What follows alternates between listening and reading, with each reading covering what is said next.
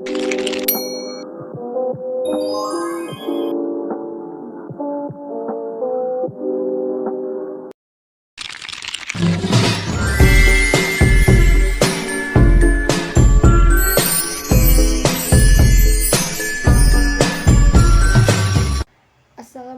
warahmatullahi wabarakatuh.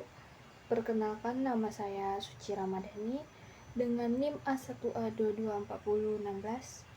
Di sini saya akan melakukan praktik mengajar dengan mata kuliah strategi dan metode pembelajaran sejarah yang diampu oleh Ibu Mercy Robi Kurniawanti MPD. Di sini saya akan melakukan tentang tema kerajaan Islam di Nusantara. Sebelum kita memasuki untuk praktik mengajarnya, di sini saya akan menjelaskan sedikit yaitu kerajaan Islam di Nusantara. Kerajaan Islam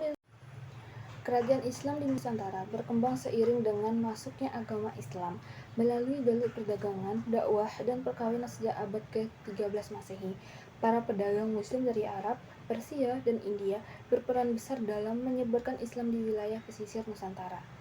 Proses Islamilasi berlangsung secara damai dan bertahap, sehingga ajaran Islam mudah diterima oleh masyarakat setempat tanpa menghilangkan tradisi lokal. Hal ini menjadikan Islam berkembang pesat dan melahirkan kerajaan-kerajaan Islam di berbagai wilayah Nusantara. Kerajaan Islam pertama di Nusantara adalah Samudra Pasai yang terletak di Aceh dan berdiri sekitar abad ke-13. Samudra Pasai menjadi pusat perdagangan dan penyebaran Islam di kawasan Sumatera. Selanjutnya, muncul Kesultanan Aceh Darussalam yang berkembang menjadi kerajaan Islam kuat dan berpengaruh di bidang politik, ekonomi, dan keilmuan.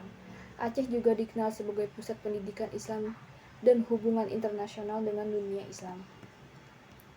Di Pulau Jawa, kerajaan Islam berkembang dengan berdirinya Kesultanan Demak sebagai kerajaan Islam pertama di Jawa. Berperan penting dalam penyebaran Islam melalui peran Wali Songo. Setelah Demak, muncul kerajaan-kerajaan Islam lain seperti Kesultanan Banten, Cirebon, Mataram Islam, dan Pajang. Kerajaan-kerajaan ini memadukan ajaran Islam dengan budaya Jawa, sehingga Islam berkembang secara kultural. Selain di Sumatera dan di Jawa, kerajaan Islam juga berkembang di wilayah timur Nusantara, seperti Kesultanan Ternate dari Tidore, di Maluku yang terkenal sebagai pusat perdagangan rempah-rempah. Di Sulawesi, berdiri kerajaan Gowatalo yang berperan besar dalam penyebaran Islam di kawasan Indonesia Timur. Raja-raja di wilayah ini memeluk Islam. Kerajaan-kerajaan Islam di Nusantara tidak hanya berperan dalam penyebaran agama Islam, tetapi juga dalam perkembangan budaya, hukum, pendidikan, dan sistem pemerintahan. Warisan kerajaan Islam masih dapat dilihat hingga kini melalui peninggalan sejarah seperti masjid, naskah kuno, adat istiadat, dan tradisi keislaman yang melekat dalam kehidupan masyarakat Indonesia. Mungkin itu yang bisa dapat saya sampaikan dalam pendahuluan. Bisa untuk dilihat nanti dalam praktik pengajaran saya itu nanti dalam video berikutnya. Assalamualaikum warahmatullahi wabarakatuh. Waalaikumsalam warahmatullahi wabarakatuh. Gimana kabarnya anak-anak? Baik, Bu. Sebelum memasuki pembelajaran, mari kita berdoa dulu menurut agama dan kepercayaan kita masing-masing. Berdoa dimulai.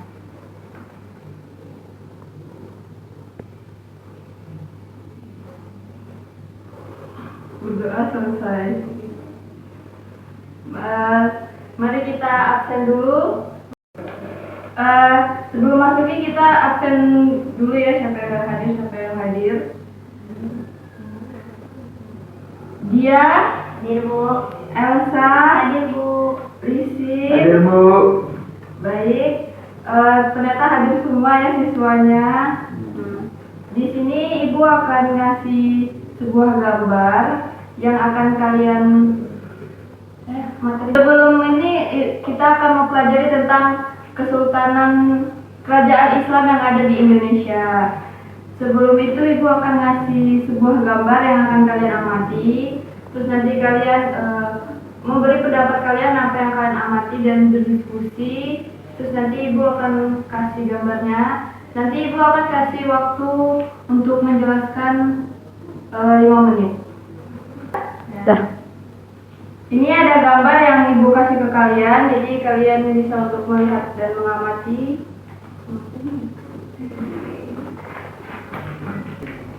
Kamu apa? Aku masjid. Aku ada kerajaan. Jangan. Jangan. Udah ya? Udah. Disambung. Jadi mau? Ini berani di kerajaan. Itu bagian masjid. Udah Bu. Udah Bu. Jeda dulu dah. Tadi sudah kalian amati. Siapa yang akan mau menjelaskan duluan? Saya Bu. Baik, kepada Lisin. Jadi ini adalah Masjid Agung Demak. Salah satu masjid tertua di Indonesia, yaitu peninggalan penting Wali Songo. Masjid ini memiliki arsitektur khas Jawa dengan atap bertingkat-tingkat dan dipercaya didirikan pada abad ke-15 oleh Raden Patah bersama Sunan Kalijaga.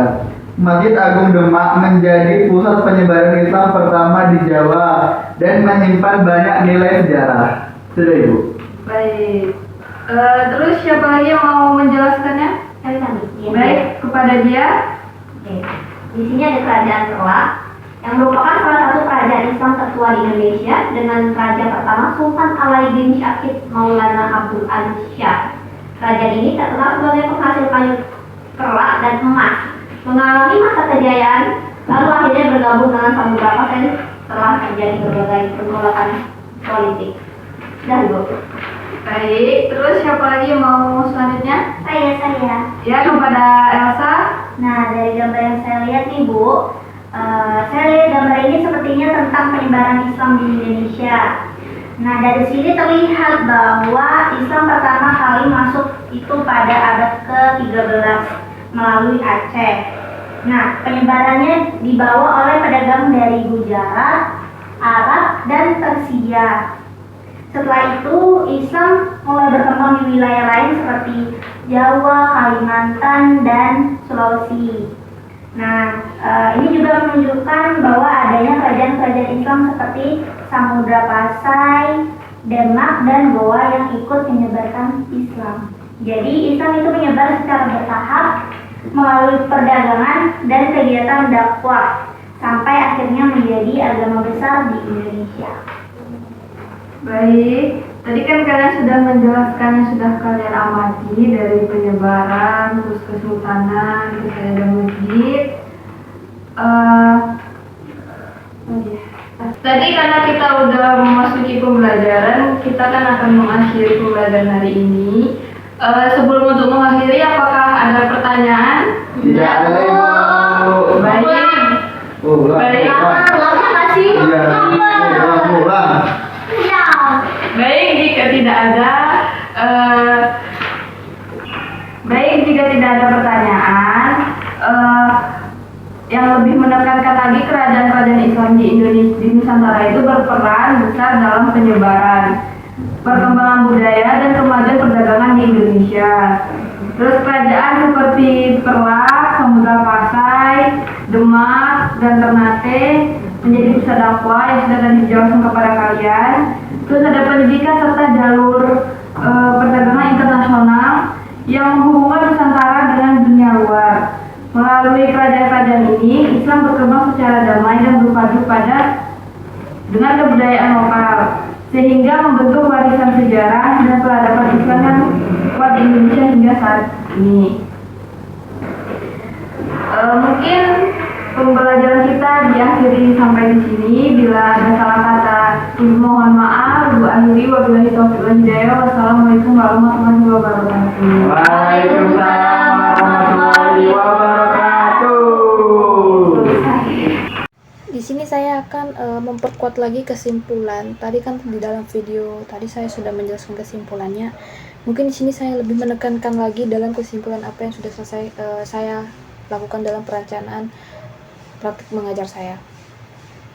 Yaitu ada kerajaan Islam Nusantara berkembang sebagai hasil dan proses Islamisasi yang berlangsung secara bertahap dan damai, terutama melalui aktivitas perdagangan, dakwah para ulama, serta hubungan perkawinan dengan penguasa lokal.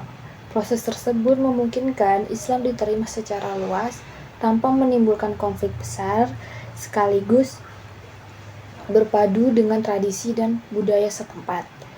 Kerajaan-kerajaan Islam seperti Samudra Pasai dan Aceh Darussalam di Sumatera, Demak, Banten, dan Mataram Islam di Jawa, serta Ternate, Tidore, dan Goa Talo di wilayah timur Nusantara memiliki peran strategis dalam menyebarkan Islam dan memperkuat pengaruhnya di berbagai daerah. Selain berfungsi sebagai pusat kekuasaan politik, kerajaan-kerajaan Islam juga menjadi pusat perkembangan ekonomi, pendidikan, dan kebudayaan Islam. Para sultan dan ulama berperan aktif dalam mengembangkan hukum Islam, sistem pemerintahan, serta lembaga pendidikan keagamaan seperti pesantren dan masjid. Warisan kerajaan Islam tidak hanya terlihat dari bangunan bersejarah dan naskah kuno, tetapi juga dari nilai-nilai keislaman yang masih hidup dalam adat, tradisi, dan kehidupan sosial masyarakat Indonesia hingga saat ini. Kerajaan Islam di Nusantara memiliki kontribusi yang sangat penting dalam membentuk identitas sejarah, budaya, dan keagamaan bangsa Indonesia.